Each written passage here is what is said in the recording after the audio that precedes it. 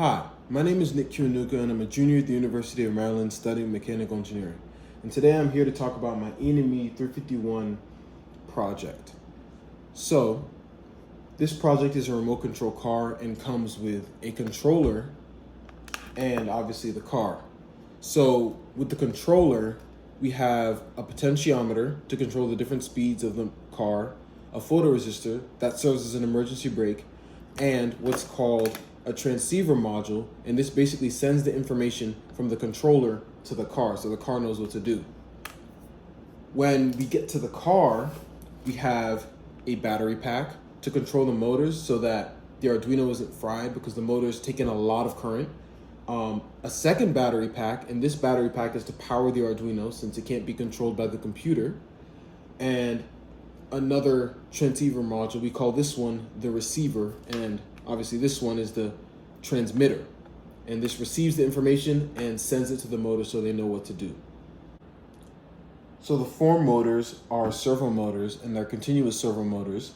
So instead of stopping at certain values, they rotate continuously clockwise or counterclockwise. And how fast they rotate is controlled by pulse width modulated values.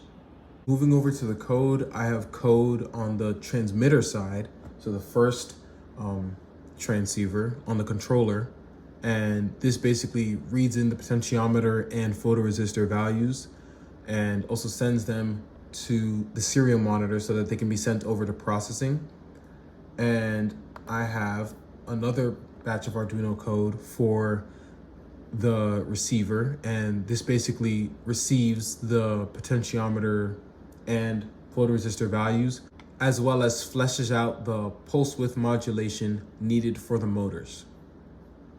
This is what my processing looks like. And right now, the motors are stopped. It's in the stop position and direction is none.